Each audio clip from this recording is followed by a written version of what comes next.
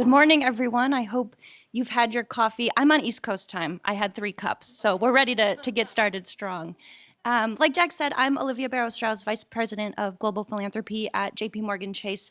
I have the very unique privilege of leading a national portfolio within our corporate responsibility department that focuses on both housing philanthropy and housing policy initiatives.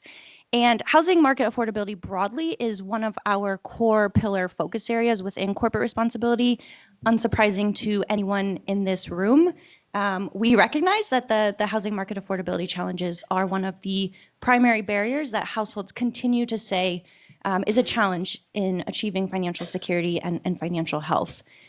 There are a lot of reasons for the housing challenges that we see across the country today.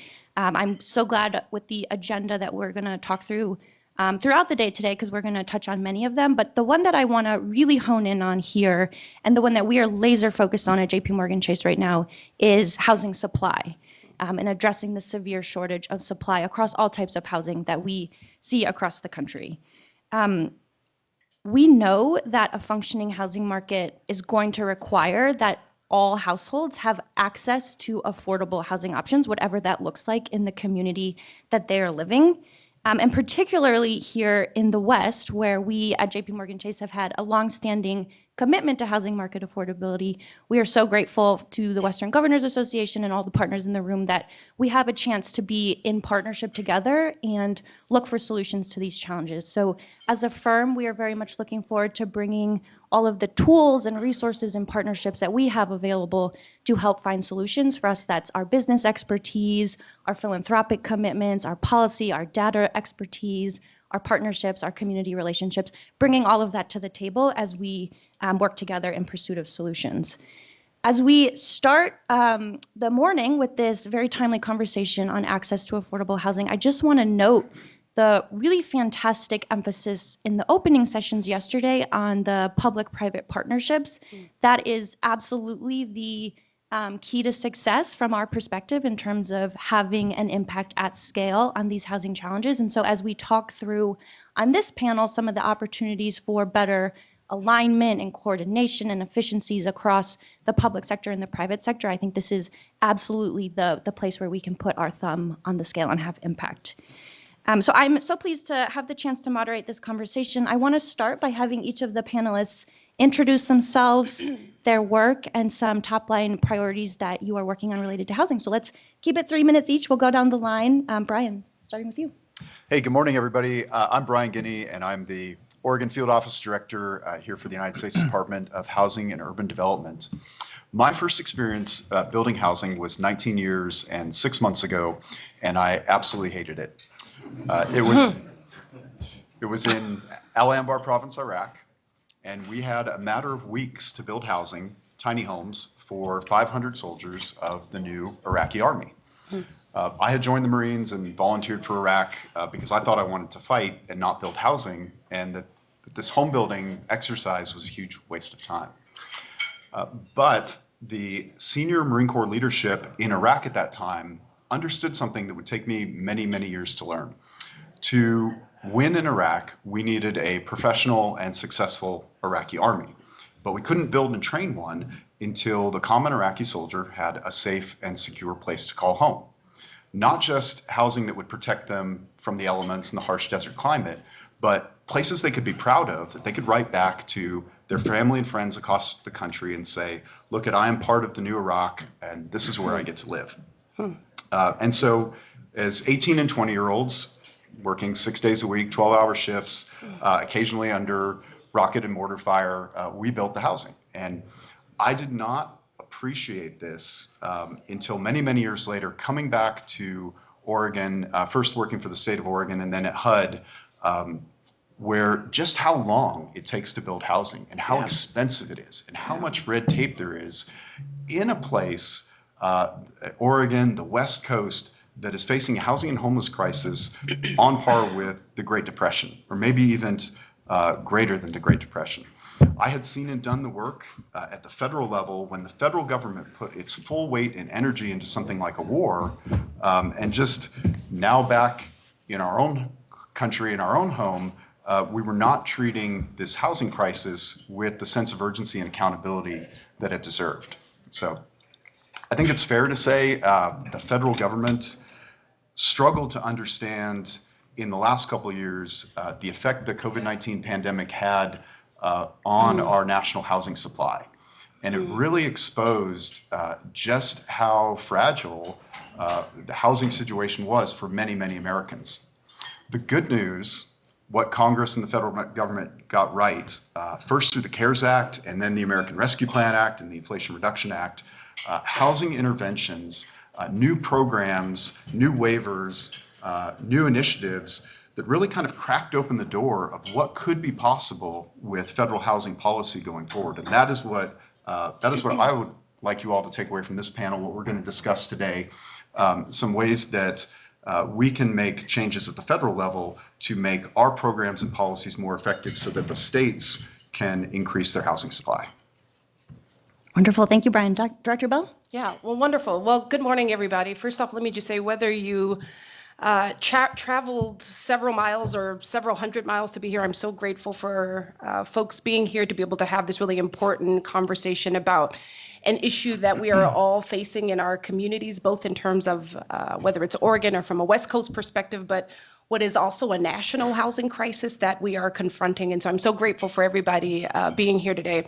So maybe first and foremost, what I will just say is, as somebody that never thought that they would be working in state government, let alone enjoying as much as I am working in state government, we'll talk about some of the challenges which are important, and we know the layers of challenges that are in front of us.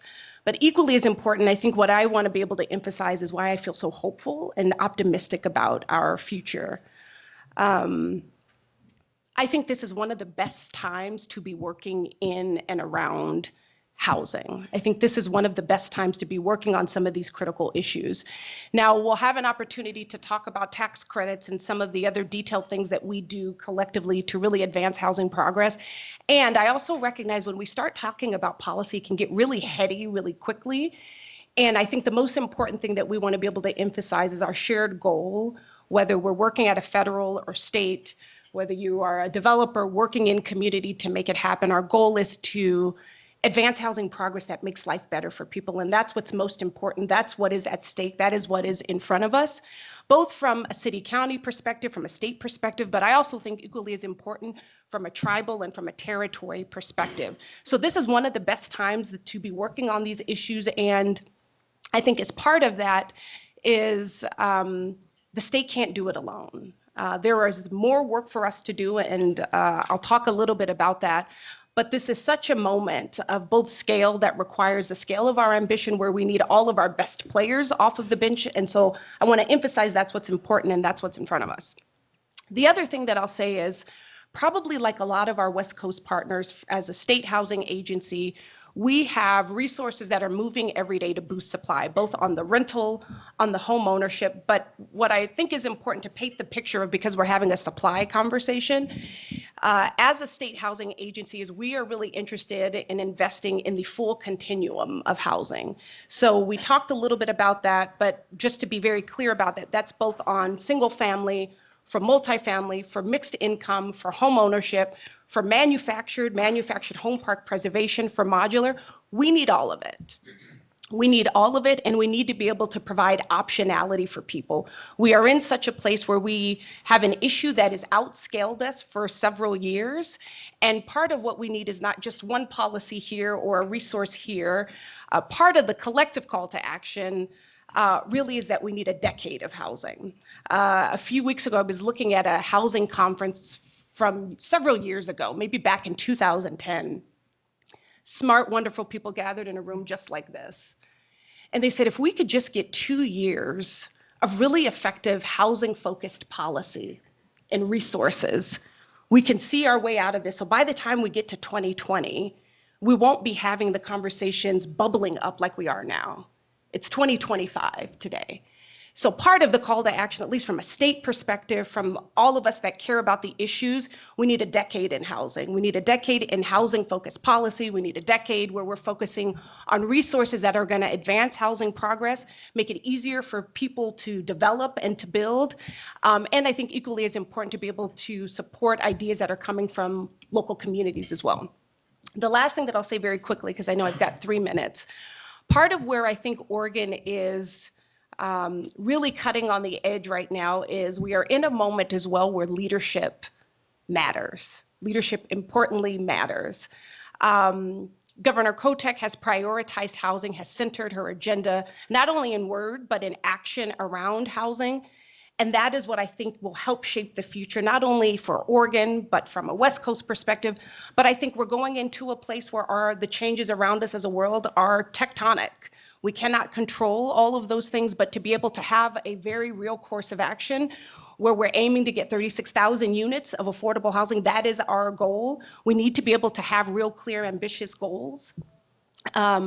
Part of that agenda, which I think is also important, is to also have some uncomfortable conversations about things that we maybe think are irrevocable, to really have open conversations, to look under the hood and kick the tire on land use and permitting and how we finance things. Now, you can correct me if I'm wrong.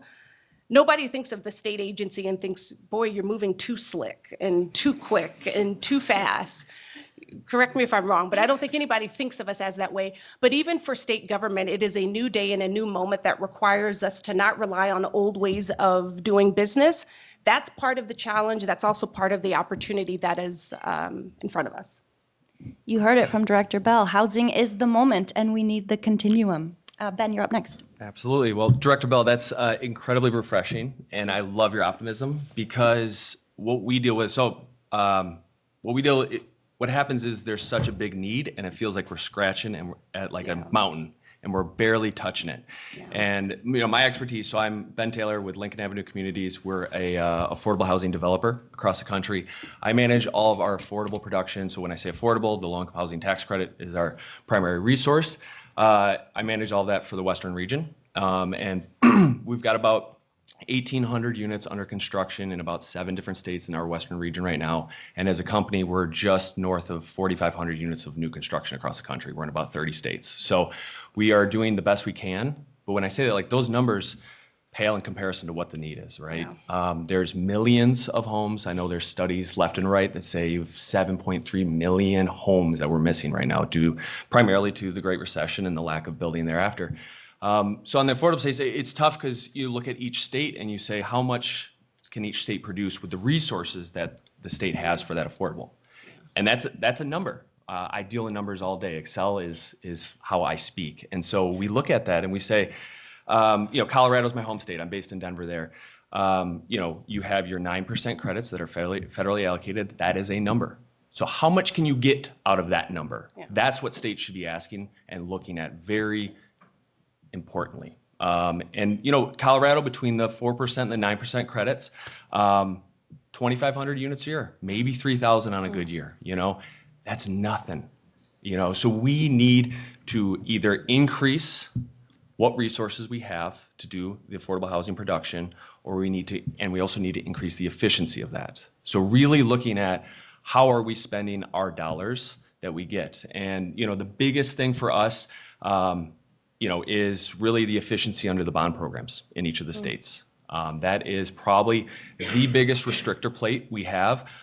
It's self-serving. I'm a bond developer, have been for 15 years, and that's what I do, and we do it very well, and we do it very efficiently. But I think each state needs to really look internally and say, how are we using those private activity bonds, because that is the restrictor plate for that 4% tax credit we use.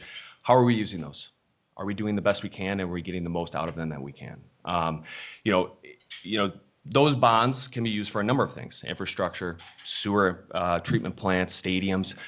We're in a housing crisis. I hate saying that word because it gets said way, way too much, but like housing, okay? So let's just start with housing. Those bonds should be going to housing. Within housing, then you say there's multiple uses. You can use them for multifamily, LIHTC development. You can use them for single family. They are a good use as long as they're going to housing, but we would also advocate that they should be multifamily housing.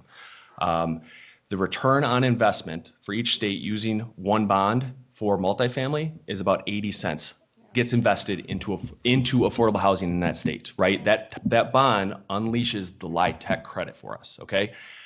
Single family absolutely needs resources, funding, subsidy as much as possible, because that is the biggest component of residential housing in our country, obviously. But the bond is used best for multifamily. Single family, recycled bonds you can use. We have no value as a multifamily developer for those recycled bonds, really. They help a little bit, but single family can use that. Single family can be, increase the fees on multifamily issuances to subsidize your single family programs. Because really, like, the single family program is great. You probably get a little discount on your interest rate, but right now that doesn't matter for people. It's down payment assistance, right? They don't have the money to get into a home.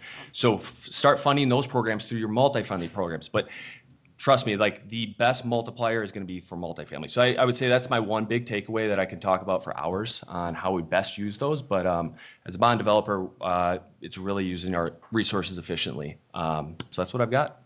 Thanks, Ben. Will, you want to round us out on introductions? We have time. Anyway, thank you guys. Glad to be here. Will Cooper Jr., WNC and Associates. We're based in Southern California, about an hour south of the LA fires, Orange County. I'm also here as a representative for National Association of Home Builders, which is a partner with the WGA for these events. I serve as state rep for NHB, as well as a trustee for the Build PAC, which is our political action committee. So I'm interacting a lot with members of Congress as a trustee for the Build PAC, so telling the housing story as often as we can. Quick shout out to Jeff Pemstein over here, VP for NHB on the West Coast. NHB, for those of you who don't know, is the largest housing advocacy organization in the United States, based in Washington. We have offices throughout the states, 50 local offices, 130,000 members. We don't just focus on single family, we have multifamily, we focus on affordable, for rent, for sale, et cetera, et cetera. So I spent a lot of time on the advocacy side of things. And one of the things I've learned over the years is that we're losing ground when it comes to housing. Housing is just simply not a priority in the United States. And it's really up to the housing industry as a whole to change that. And what I mean by that is, Washington, we do a decent job of forming coalitions where we get, the for-profit developer builders, the nonprofits, the single family, the multifamily kind of come together. I don't see that as much in the states, in my state in particular, in California. So that's something we're working on. We need to speak with one voice more often. But just to give you a sort of like where we're at, when I started in the industry way back in 1988, right after the tax credit was formed, there was 8 million households that were rent burdened. And we created the tax credit around that same time to try to address that. And the tax credit's done a great job and continues to do a great job, and we want to expand that. But the reality is it generates about 100,000 units a year. Today, we have over 20 million households that are rent burdened, even though we set up this tax credit program. So bottom line, the tax credits is not going to solve the problem. The federal government is not going to come to the rescue given the deficits we're looking at now. It's going to be more a state and local issue. Housing is just like they say in politics, all politics are local. All housing issues are local at the end of the day. The federal government will be there to help, but they're not going to be the solution. So I think we have to change the mindset as we move forward. And this conference with the governors, et cetera, is ideal for that. So thank you. No, thank you all for the introductions and opening remarks. I think I want to pull on the thread that a couple of you have touched on here around just what's at stake in this moment. And maybe Director Bell and Bryan, starting with you from more of the Oregon specific context, like help us understand what the state is up against here, what families are experiencing, and what some of these trends are that you're experiencing and tracking, especially as we come out of the COVID pandemic and think about broader natural disasters that we're continuing to face and all of the challenges that are top of mind for folks. Yeah. Sure, I'll start. So I'll say maybe a few things. I'm sure that a lot of folks understand in their own local context or home context what's at stake, but maybe just a few things just to maybe drive the point home. So I think one, just to re-emphasize the most extreme form, the most extreme manifestation of poverty, the experience of homelessness and unsheltered homelessness, certainly since the pandemic has increased in Oregon. Now, we have been able to make some really concrete progress on that, and much of that is because, one, the governor has made it a priority, and secondarily, we have a legislature that has continued to put money to concrete solutions to be able to do that. And keep in mind that over the last several years, while we have seen some income growth, while some families have seen some income growth, I'm sure you all know it, the cost of everything has gone up. From goods to services to gasoline, everything has gone up. So we simply have more people, more families struggling. I think that's one thing to note. And we know that. I think we understand that. But I think for anybody that has had to personally or knows people that are having to have conversations about, am I going to be able to pay my rent? Do I stay in my place and not be able to turn the utilities on? Do I pay the rent and then figure out the food? Those are real decisions that people here in one of the greatest nations are having to make every day across our states that we love and call home. That's a real restraint. I would say the other thing is you've either got people both from a transportation infrastructure and a housing perspective, you've either got people living way too far away from where they work to afford a place to live, or you have people paying rents that they really can't afford in order to be close to home. Those are things we can do something about, both in terms of not only, I won't get started on transportation infrastructure and resources, but those are things we can do something about. So not just how much money we put into build, but how we build to reconnect communities. The third thing that I might just offer too, because part of our work together as people working in housing is to understand what's important, what's in front of us here and now in terms of both affordable, making sure that we are spurring middle income housing, strengthening the middle income in terms of housing progress. The other piece of it that often doesn't make it as part of the conversation is what does that mean for children, particularly for children that are experiencing homelessness or their family are experiencing some level of housing stability. So if we can just imagine folks, students, going to school every day and then not sure whether they're going to have a place to live. So oftentimes when we talk about numbers in terms of who's experiencing housing instability, it's important to know that when we talk about youth that are experiencing it, at some point, if we do not have a proper intervention, if we don't have interventions at the scale of the issues, they will become adults that are experiencing homelessness. And then the fourth piece, I'll have to say it because I work in housing, is we want to see Congress act on the Affordable Housing Credit Improvement Act. We've seen those tax provisions that have been established in the 80s and haven't changed formidably since the 80s. It won't be the solvent, but that is a really clear thing that is in front of Congress that we want to be able to see some tangible progress on. No, that's great. And Bryan, I would love to hear your perspective about sort of what you're tracking in Oregon. And it might be helpful as well as we dive into the details to do a little bit of level setting for the group. So we heard middle income housing or middle housing, capital A affordable, little a affordable, like all of these different types of affordable housing we're talking about. So if you can just level set a little bit too for the group. Yeah, absolutely. When we consider affordable housing at the federal level, that is individual or family paying no more than 30% for housing, including utilities, property taxes, all that kind of thing. What we're tracking here at Oregon, about 128,000 home housing supply deficit right now for low or extremely low income Oregonians. Oregon is 43rd in the nation for home ownership. And on top of all of that, 4,300 homes were destroyed in the wildfires in 2020 and 2021. Those are homes, 10,000 structures, 4,300 homes. So that's kind of the headwinds and the local conditions that many of you in this room and the state and all of our partners are throwing everything in the kitchen sink at. Trends that we're monitoring at the federal level, particular to Oregon and the West Coast, supply chain issues. You're all experiencing this, particularly acute on certain hard to procure electrical transformers and components and things that are the kind of last thing in for an affordable housing development with a very tenuous capital stack and closing timelines and things like that. So supply chain issues, workforce. The workforce, not only the trades and construction workforce and those particular specialties around weatherization and solar panels and electricians and things like that, but the workforce to operate and lease up multifamily apartment buildings, property management companies, folks that are going out with the housing authorities and that are getting folks leased up. The entire affordable housing workforce is facing some incredible challenges here in the West. And then, of course, the insurance costs.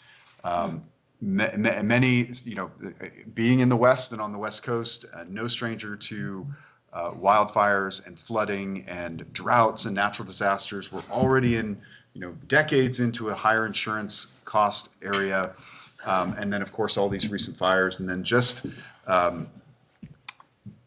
even having a few permanent supportive housing units in a multiple unit development can cause your insurance costs to go up. So I think we're going to talk about insurance costs for the rest of the day, I'm sure. But some of the bright spots and the positive things we're seeing, again, in Oregon and in the West, very creative use of federal funds, very creative use of waivers and asking for more flexibility and getting very creative around using kind of more traditional funds for projects like you saw yesterday on the tours, community land trusts, different equity models for home ownership and getting folks into home ownership. And Oregon as a state and with the partners within the state punches above its weight class when applying for and securing national competitive round funding. The city of Bend secured $5 million earlier this year in a pro-housing grant. Last month, the state of Oregon and the Burns Paiute tribe collectively secured $20 million in funding for modular and manufactured housing communities. The city of Portland secured some nationally competitive funding. These are awards that are going to 20, 25 recipients nationally, and every round these funds are coming into Oregon, and that's a testament to the alignment of partners that we have in this state, and kind of from federal, state, county, city, nonprofit, for-profit developers, folks rowing the boat in the same direction. So we definitely want to sustain that. Every state should be doing that, but I'm grateful I get to work in a state with partners like this that are doing that here.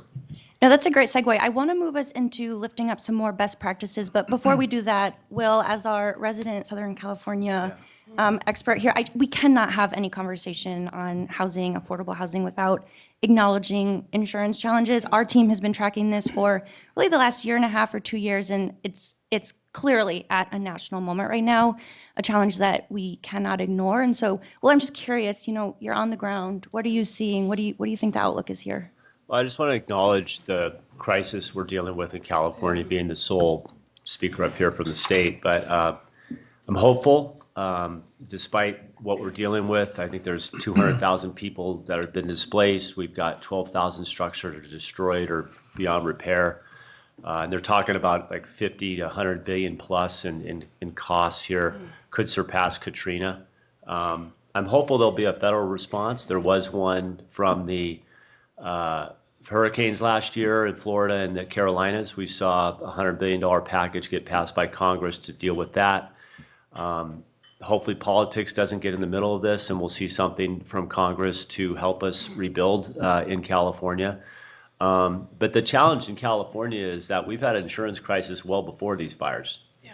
In fact, a lot of these homeowners that have lost their homes were discontinued from their insurance policies this last year or two.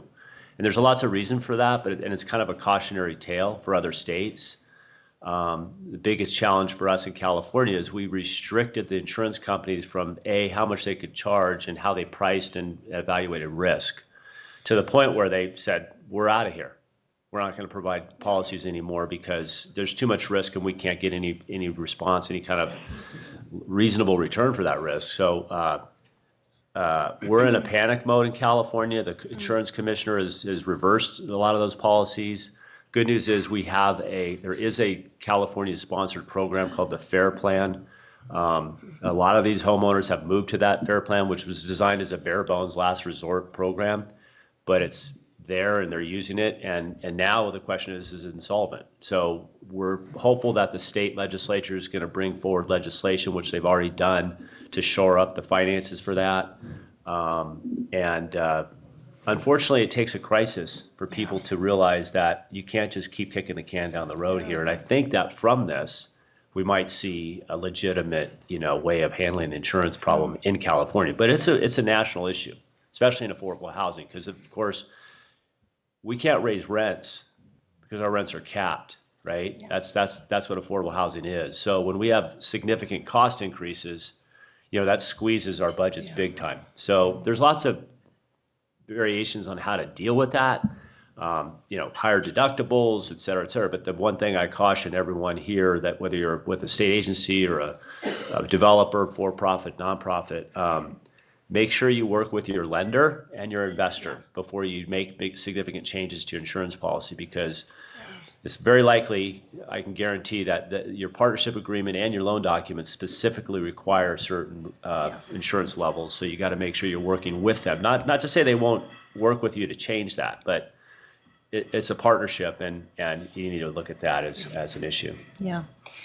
Well, we are absolutely committed to being partners in figuring out these challenges, and I suspect that WGA will continue to bring us together on this topic. Okay, I love to bring us over to some best practices, Ben, and maybe starting with you, give you a moment to continue talking about your bond passion. But what are we seeing in some efficiencies and best practices at the state level or even the federal level as well? Yeah, thanks, Olivia. So yeah, it's efficiencies, right? You have, I'm an economist by training too, so it's like supply and demand, right? It's pretty simple, right? There's numbers. We have state resources, federal resources. We have a need. We have a big supply that we need to fill for affordable housing. So in the same vein as I kind of talked on the bond side, it goes with the resources too, right? So, and to Will's point, which is perfect, is that the solution to our housing crisis, especially with affordable, is not going to be solved with the capital A affordable or LIHTC program. So states need to start using resources, committing resources, and really using them efficiently too. I cannot stress that enough. It irks me to look around and you see developments that get done, which are great, but then you look at the price tag and you go, that costs $600,000 a unit to build. Yeah. Was that really worth it, right? Like having the lens, and I'm not saying, cost containment is a thing we should be prioritizing and looking towards, but you don't want to race to the bottom either, right? Yeah. And that's the struggle that we have. So I think one thing that, states can really prioritize is trusting their partners, especially in the affordable space. We know what we need to do, and we do it well, and we have to. If we're not in this business. The affordable housing industry is very selective of who stays in and who continues to operate. Because if you're a bad apple in one state, every other state knows about that, and you're not going to be doing affordable housing in the future. We know that. Like, our reputation is everything. So when it comes to, removing barriers or red tape on telling us how to do our job in the private industry of building this affordable housing, leave that to us. We are self-regulated. Like I said, if we have to own these developments for 15 years. So from the city side and permitting and zoning and all those approvals, if we underpark this deal, we have to deal with that, right? We cannot flip this project 3 years after filling it up like most market rent apartments can do, right? Single family home builders, they build it, they sell it, they're out of the picture. We're there for the long term. So really changing the focus, especially when you're talking about affordable and how your private partners who are doing this, we are automatically self-regulated by how the LIHTC program is set up. And so I think that can give hopefully some more comfort where, states can say, especially in the bond program, we need to produce housing, and the more regulations and red tape that are there just slows it down. It's harder for staff to evaluate and regulate. It's harder for us to comply with and figure out what they want. And so I'd say that's a huge part of that I kind of wanted to convey, that most people don't understand about the affordable industry, is that it's very self-regulating, and it's a long-term investment and commitment from us. So, and then on the resource side, bringing in state tax credits, going through the high list, right? We have state tax credits you can bring in. That's a source of funding. There's gap funding. There is the regulation component, falls into the qualified allocation plans or QAPs that each state does, simplifying those, making it more streamlined. And then I'd also say for us, one issue we struggle with in a lot of states is we want to build there, right? We love the market. It needs affordable housing. There are some resources out there, but the commitment is very unclear. Like the ability or the availability of the resources, we don't know how to get to. And for us to come in and say, hey, we're going to spend the next 18 to 24 months investing our time and money trying to develop this thing. Are those resources going to be there or not?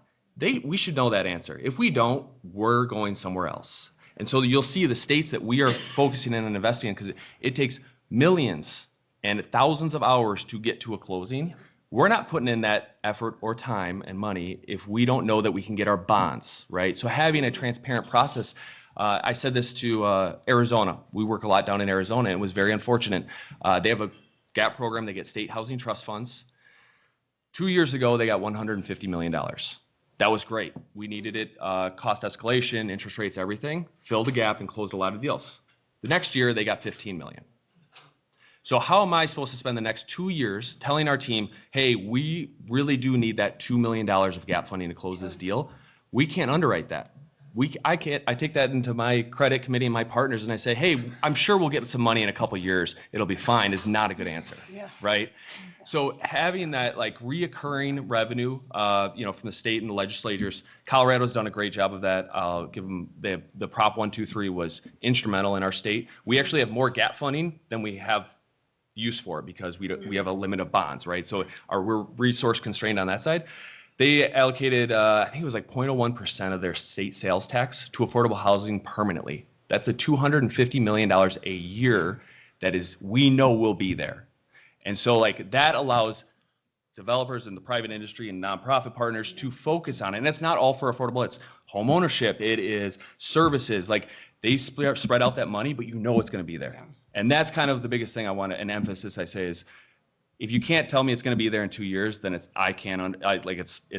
means nothing to us. Yeah. So I want to open it up to anyone to talk about best practices. Although first, Ben, I want to pull on a thread you mentioned related to financing, and an insight from JPMorganChase that we have identified as a leading lender in affordable housing is the importance of having your lenders and your investors and your finance partners at the table from the very beginning. Every affordable deal is unique. Every market dynamic and public subsidy program and other state and local incentives or other regulatory programs are going to make each deal unique. And so having a finance partner at the table from the very beginning to help you identify what soft subsidies could help make a deal pencil out or other unique creative financing sources, that is going to help all of us get to yes and not reach a point down the line where a deal is baked and unfortunately the financing is just not going to work out. But other best practices for folks.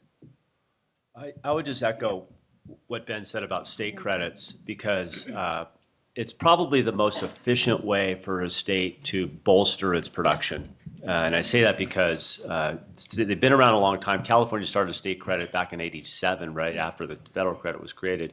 The nice thing about the state credit, as opposed to creating a direct grant program or a subsidized loan program, is you just piggyback on the federal credit. Federal credit already has the requirements and the restrictions and the use requirements and the rents and all that. And you can supplement that with the state credit. A couple words of, caution there, though. When it comes to state credits, there's multiple ways to structure it. California allocates its credits over 4 years. Some states allocate over 10. We think, as a buyer of credits, we like the shorter period because we can pay more for them because it's a present value issue. We get more credits sooner.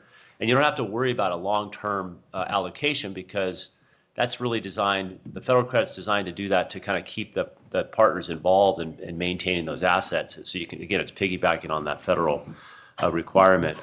There's other things. The main thing to consider if you haven't done a state credit in your state and you want to start it, you need to make sure that it can be bifurcated from the federal credit so that when investors invest in the federal credit, you can have a separate group of investors buying the state credit. Because a lot of times, the capital coming into a property with federal credits coming from a national pool of investors, and sometimes those investors cannot use the state credit that you're in. So you need to be able to separate those from the federal credit. But that's pretty simple and common in this environment. But yeah, I would say the state credit is something to really look at if you're looking for more capital to bring to your state.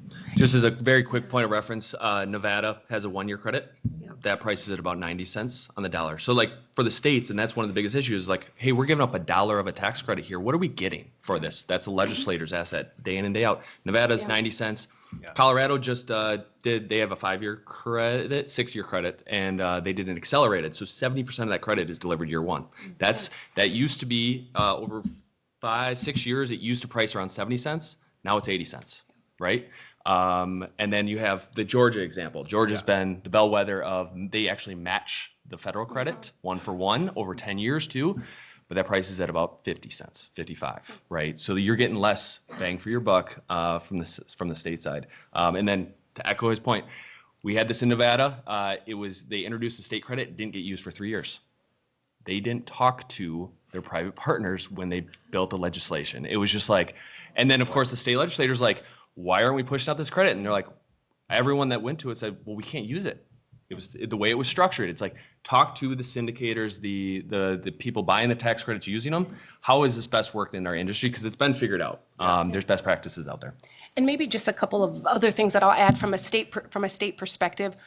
I would say probably over the last decade, we have grown to having probably somewhere north of 15 different resources just on the development side. That's just on the state side alone. So that's either where federal resources weren't existing or weren't flexible enough, where market dynamics changed and we needed to evolve and to create something new. So one, yes, I think a state credit as a state that has a state tax credit. The other thing that I would say both on the policy and on the resource side is resources both on the pre-development and on land acquisition side. So being able to get some resources up front to folks to really start some of that early important work. And then given that we're after whole and collective progress, we also want to make sure none of our communities are left behind, particularly our small towns and rural communities. So I think where some of our partners have been rightly critical, and I think giving us some feedback, is the importance of capacity building resources. And as I think one partner really named for us, is not weird resources that have strings attached to them, but flexible resources where folks can have the resource and readiness to do the upfront work that they need to help get deals up. And then I think to your point, which is also some commitment that there'll be some resource for projects once they actually have projects that are ready to go. Couple best practices from the federal level. So when HUD was created, HUD built and operated public housing. And then as Will talked about, in the late 70s and early 80s, there was an understanding that for issues as complicated as housing, like local partners, local solutions were much better and much more effective at solving problems than something coming down on high from the federal government. So the tax credit was created, and HUD moved into providing housing vouchers, block grants, mortgage insurance, making mortgages, FHA home loans more cheaper for folks and things like that. And so we spend a lot of time, myself and my staff, and then HUD colleagues in other states, working with local jurisdictions, state agencies, cities, counties, our nonprofit providers, our market rate folks. What is the highest and best use of federal funds? Like spend your federal funds first before you have to go create a state program or a county program or something like that. And if there's something that we can fund or working through our partners on home repair or weatherization, or it's buying down the cost of municipal infrastructure, like how do you use the highest and best use of funds so that you can use your other funds, more flexible funds, to fill those gaps? So we're always crisscrossing the states, working with folks to try to get those dollars into community as quickly as possible and not return any of those unspent federal funds back to the Treasury. So. Go ahead. I know we have Q&A, but do you want me to mention preservation real quickly? So yes, so we're going to move to Q&A with the audience in a few minutes now, but this last round of questions before we do that, I want to hone in on preservation, one of the very critical issues that we have to think about at all levels of government and across the private sector. So yeah, Will, do you want to go ahead and kick us off? Yeah, just a quick overview. So the tax credit program was created in 1986. You know, we're 37 years into this now. A lot of people don't realize it, but these houses that were projects that were built are only restricted for, in some cases, 30 years, in some cases longer, but a lot of states are 30-year restrictions. So we're coming on the years where these projects the restrictions, are terminating. So it presents a problem. And the problem is that, we're building units with new tax credits, but we're losing units that are falling out of compliance, meaning that they're converted to market rate, or they're being converted to condos, or torn down and rebuilt as commercial, whatever. So the question is, for a lot of states, should you look at your allocation of tax credits and put a portion of that to preserving your existing inventory that could be at risk of converting to market? It's a big issue. Right now, I think, like I said earlier, the federal program's generating about 100,000 new and rehabbed units a year. We're actually losing 200,000 to 300,000 units a year now in the inventory. So really important issue. We created a fund to acquire a lot of these older assets with no tax credits on them, to preserve them, to generate no tax credits, but cash on cash returns for our investors. But a couple of thoughts here for states that want to address this. One, make sure you're looking at your QAP and allocating a portion of that to projects that are getting close to their termination date, that are at risk of converting or simply just physically dilapidated, need new rehab money. Work with, assist buyers that are looking to buy these assets that want to preserve them. In other words, make it as easy as possible. Sometimes when we want to acquire an asset, it takes us 6 months to get an approval, even though we're going to keep it in the inventory. So you want to make it attractive for the buyers that are in it for the right reasons. And if available, offer any other incentives, whether continuation of tax exemptions or other below market rate loans that might exist on the asset that are state funded. You can continue to have those left on the asset. So those are a couple of thoughts. And I just want to pick up on a couple threads there. Preservation has been a major focus that our team has been looking at over the last year plus.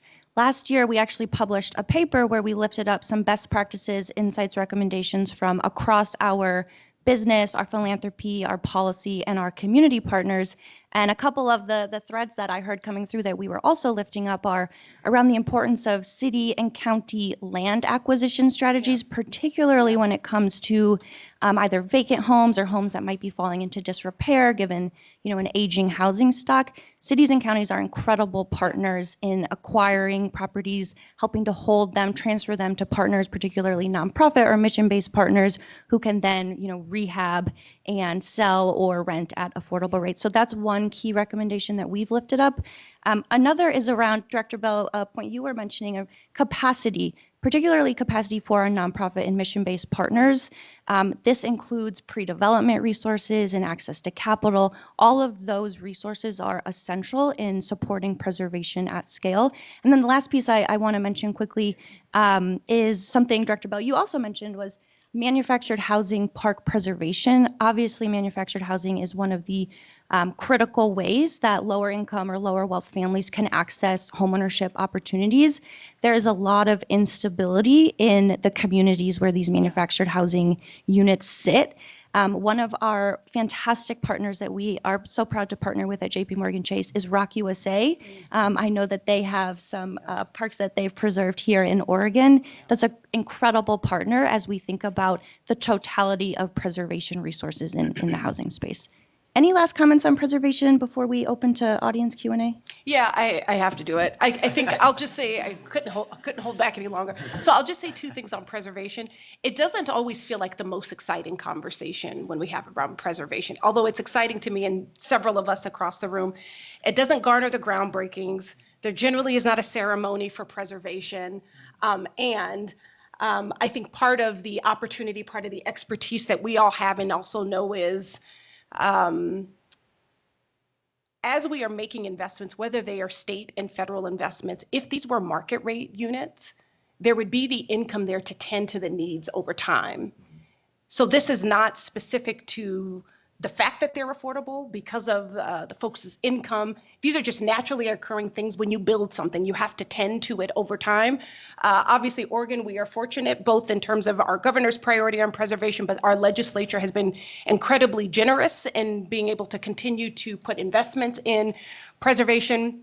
One of the things I would just put out there as a point of consideration if folks don't already have it, Oregon, we have found it incredibly helpful, both from a place of truth and transparency, to actually have a preservation dashboard so that we can be foresighted in what's coming and being able to understand where we are at now and what's going to be the state of preservation in the next 5 or 10 years, not only in terms of potentially dilapidated buildings that need to be tended to, but also if we lose units if they convert from affordable to market rate, we lose those units. those households are displaced. And so this is both our work and responsibility to effectively chew bubble gum and walk at the same time. But I think we have found it incredibly important to be able to have something so that we are looking at the same source of information about what's in front of us and then being able to do something about it. Yeah. Every state should have this tool. It's a map you can fly around. You can see your federally assisted properties that are coming out of affordability. You can see the almost 800 LIHTC properties in the state, and then the various times and community members groups, local elected leaders can see in their community just what's at stake, because it is the hardest story to tell to get interest in preservation. All right, time for our audience Q&A. We have mics throughout the room. WGA staff will run them over. And I want to note for the panelists, so after we take a few questions, I'm going to do a quick rapid fire at the very end around federal momentum and opportunities that you think we should be lifting up as new leaders take their seats in Washington. But audience Q&A first.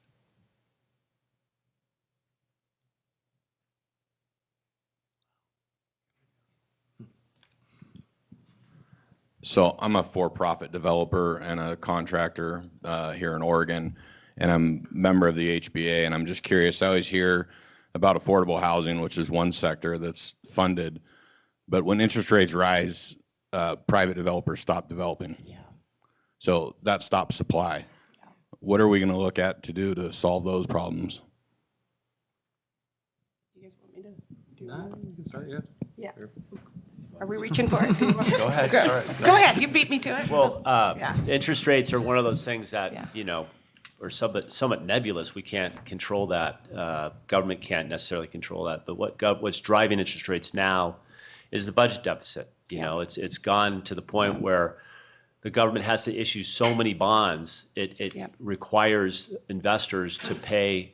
They're paying less by getting a higher interest rate, for those bonds at the end of the day. So. It's a good question. I don't know if there's an answer to it. I mean, actually, we saw the Federal Reserve lower the rate in the last year, 100 basis points, and interest rates went up. So it went the opposite direction. I think it comes back to Washington having a better handle on the deficit at the end of the day. Yeah. So I'll maybe add two things to that, and neither of them will be an answer. I think the first one is, as part of a healthy economy and a healthy housing supply, even though the bulk of what we're talking about today is affordable, middle and market rate is absolutely included in that. And I think you probably know even better than I have, over the last couple of years, particularly during the pandemic, it was tough to build. It was tough to get deals to pencil out. We saw across Oregon in some of our markets where construction was started and then halted simply because of costs and escalation, supply chain things, all those other things. While there's no specific answer at the state level, I think what's in front of us at the federal level is going to be really, really important in shaping that. And I think a big part of the health of our housing supply has to include market rate, because there is its own compression and squeeze that people are experiencing as well. So I want to just acknowledge that reality, and I think some of the federal opportunities, that might be a place to note to that. And I'll give you the boots on the ground, because it happened to us, developer. We had plenty of projects in the pipeline in 2021. 2022 rolled around. That's when we started feeling the inflationary pressures on the construction pricing, and interest rates went through the roof. We went on ice. We literally had to stop a lot of our development work, because we're working on these for, like I said, a year and a half, 2 years at minimum to get them done.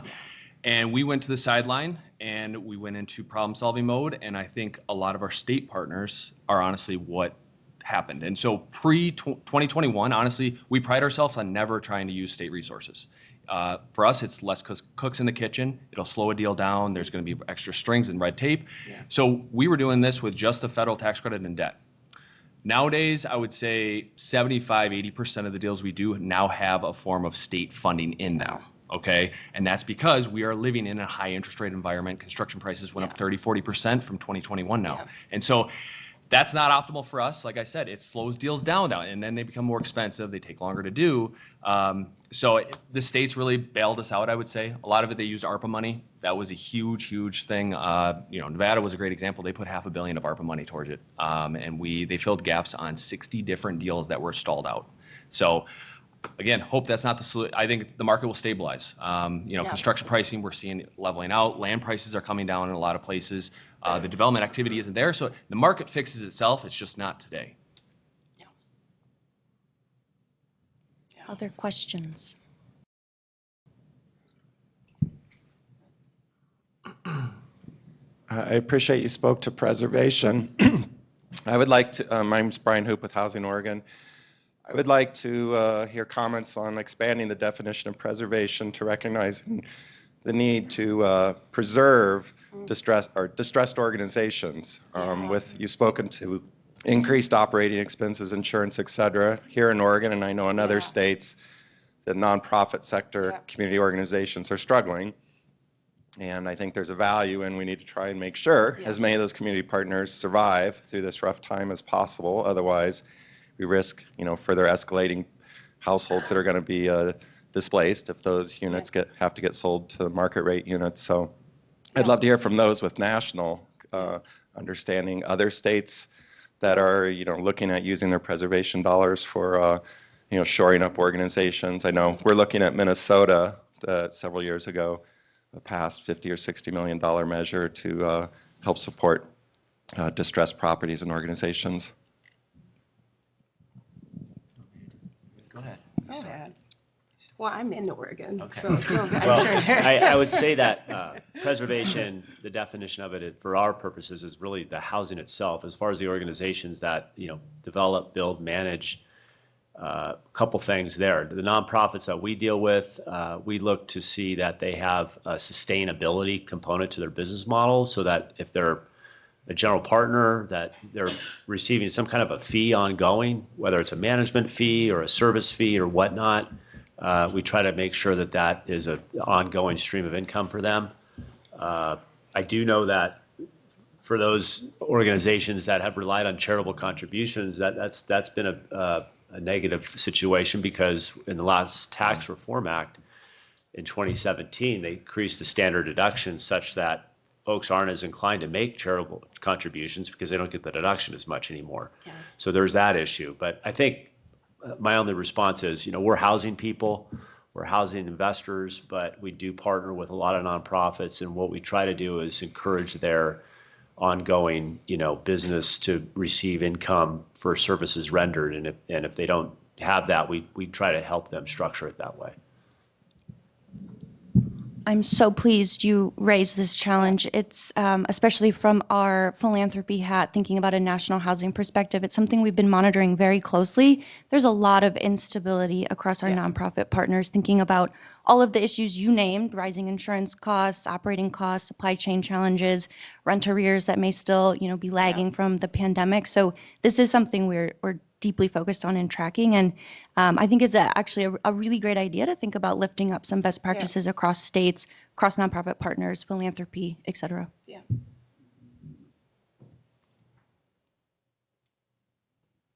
Any other questions? I'll maybe just add one thing, and Bryan has heard my spiel before, so you can tune it out here, Bryan, if you need to. But I think I'll just say from an Oregon perspective, the production progress that we have had the last several years, a big part of that has been made possible because of our nonprofit partners. A big portion of it has been led by our nonprofit partners. Interestingly enough, the last time I met with some of my colleague HFAs, they flagged this as probably one of the most stark national issues that will be facing us over several years, not only because states like Oregon rely upon them, but also local communities rely on them, and they know their local communities really, really well. And so I want to just acknowledge both that reality and that restraint, and that we're going to be knocking on their door to be able to help us make progress. And so there is a role and responsibility to be thinking about what does stabilization of our nonprofit partners that have bared a lot of and absorbed a lot of issues because of the economic turbulence over the last several years. And go ahead. I'm Lydia Murray with Deloitte. I know we're talking a lot about homeownership and building for homeownership, but the Section 8 and the Emergency Rental Assistance Program that really stabilized a lot of families during COVID, it's a dedicated funding stream. I don't know if you guys deal with penciling with when you have renters who have dedicated vouchers as part of the mix, but I'm wondering how rental assistance helps out with the math or penciling, if that's any part of deals. We haven't talked a lot about rental assistance, but that's kind of in the mix of continuum to help. Yeah. I'll say from the development perspective, absolutely. About a fourth of our portfolio has some form of rental assistance in it. So Section 8 properties, project-based vouchers is a big one, and then housing choice vouchers, which I think we should definitely probably touch on. There's a lot of issues with housing authorities and being able to place those individuals. It's insane where you can wait for years to get your housing choice voucher, which is intended for you to get someone to help you pay your rent, and you can't find a place to use it. Like, that is the saddest thing out there possible. And so from us, we always do all affordable. We accept as many as we can for housing choice vouchers, project-based vouchers, and Section 8 properties. Preservation of those properties is essential as well. So it factors into our math, and it's something that we're very invested in and do a lot of development around. But housing choice vouchers is, I don't know, Bryan, if you got anything on that piece of it? Yeah. We definitely, I would always advocate, well, I can't advocate, but I would always encourage certainly more housing choice vouchers. Housing authorities, in Oregon, there are 22 housing authorities, public housing authorities. Individual housing authorities have a lot of flexibility in how they deploy their allocation of housing choice vouchers. Up to 20% of a housing authority's allocation of vouchers can be project-based. And so what that means is the voucher goes into new construction and development, and that subsidy stays with the unit. So multiple individuals or families or households can benefit from that voucher. In places in the West and in Oregon, where many communities have very, very low vacancy, that you come to the end of that waiting list, there is no place for you to go. So as much as we work with the housing authorities in looking at, in their particular market, how they can adjust not only their allocation of vouchers into new construction, but the preferences. If there is a individual or family they're serving that is a veteran, get that person on a veterans voucher so you can open up a housing choice voucher. If they're foster youth, if they're another special population, there are so many unallocated vouchers that could be going to individuals that would free up housing authorities to put more of their vouchers into new construction development. And so we're always happy to have that conversation and to work on flexibilities. And we have some very creative housing authorities in Oregon that are always testing us at HUD and pushing the limit of preference and what they can do just to get every extra unit of housing in their communities. Yeah. All right, we have about a minute left. You each get 30 seconds to share your top federal focus area that you would encourage our incoming leaders to prioritize. Okay. This national housing shortage requires a coherent and a unified strategy. There are at least several federal agencies in addition to HUD that touch housing. The emergency rental assistance is from the Treasury. Low-income housing tax credit is from the IRS. We have the EPA, Department of Transportation, Department of Veterans Affairs, USDA Rural Development. We all touch a piece of this. In Oregon, we have our friends from Veterans Affairs that are here, USDA Rural Development's here, and we have some excellent working relationships with a couple key agencies, kind of the biggest players, but that is not the case all across the country. And so we need unity of effort, and we need a national housing strategy to make sure we are squeezing every efficiency out of those federal dollars so the states can continue to produce units. Yes, to all of that. I think the first one, tax credits. Congress needs to get to work on the tax credits. That's thing one. I think as President-elect Trump are naming what his cabinet, who is going to occupy the cabinet, I think we'll have a few things in front of us that they have named. The first one is an acknowledgement of the housing supply crisis, both on the rental and the home ownership side. I think a few things that we've heard that will be interesting. The first one is around deregulation. I think, obviously, I think there's one thing when there's a culture of broad deregulation, but I think there's some regulatory refinement that I think is worth having some conversation about. I think depending on the state that you're in, federal lands, that has been an opportunity across multiple administrations. Depending on the state that you're in, you may not have much federal lands that could convert, but I think that's one on an individual basis to assess. The other one is around addressing inflation and seeking to increase inflation and decrease interest rates, particularly on the home ownership side. I think one of many, tussles that will be interesting to consider is how you make a more attractive market and then also increase supply at the same time. So if you're not increasing supply and you've got an interesting market, that'll be interesting. And then the last thing that I'll just say on the FHFA side, credit risk pricing. I think they're having to go back to the drawing board and look at credit risk pricing. So I think there's acknowledgement of the issue. I think we're in a wait and see moment to see what gets drawn upon, and then how states and localities and experts like yourself can really help shape the future. We're very involved on the federal level. The federal tax credit is the primary source of funding that we use for affordable housing here in the country. So the tax credit bill, Affordable Housing Tax Credit Improvement Act, it was absorbed into some legislation last year, passed the House, and got stalled at the Senate for political reasons, let's call it that. Very, very unfortunate. The really big three provisions in that we want to see happen this year with the tax, we're going to have tax legislation is going to have to happen at the federal level. 30% test. What I mean by that is right now we have to meet 50% test. It's, reduces the requirement for those bonds that I'm, so invested in here. We need less bonds to do our deals, period. That would be absolutely massive. Increasing the 9% credit. So again, this is just increasing the supply of the resources. The 9% credit, we need more of it. Every state will tell you that they are 2, 3, 4x oversubscribed for eligible projects, but don't have the funding to do them. Next is an odd one, but it's bonus depreciation. Will knows well about bonus depreciation. That is essential for our investors, and that increases what we get for those tax credits. Just point blank, right now we're probably in the mid 80s, so about 85 to 87 cents is what we can get for one of those federal tax credits. You throw bonus depreciation back in there, and it's jumping up to 90 cents. And so that dollar goes more, you need less tax credits to do your stuff. And then honestly, the deregulation component of it. I can't tell you how many times I ask, how is this even helpful? And we have to go through, on the HUD side, anytime we touch HUD funding and we trigger environmental reviews,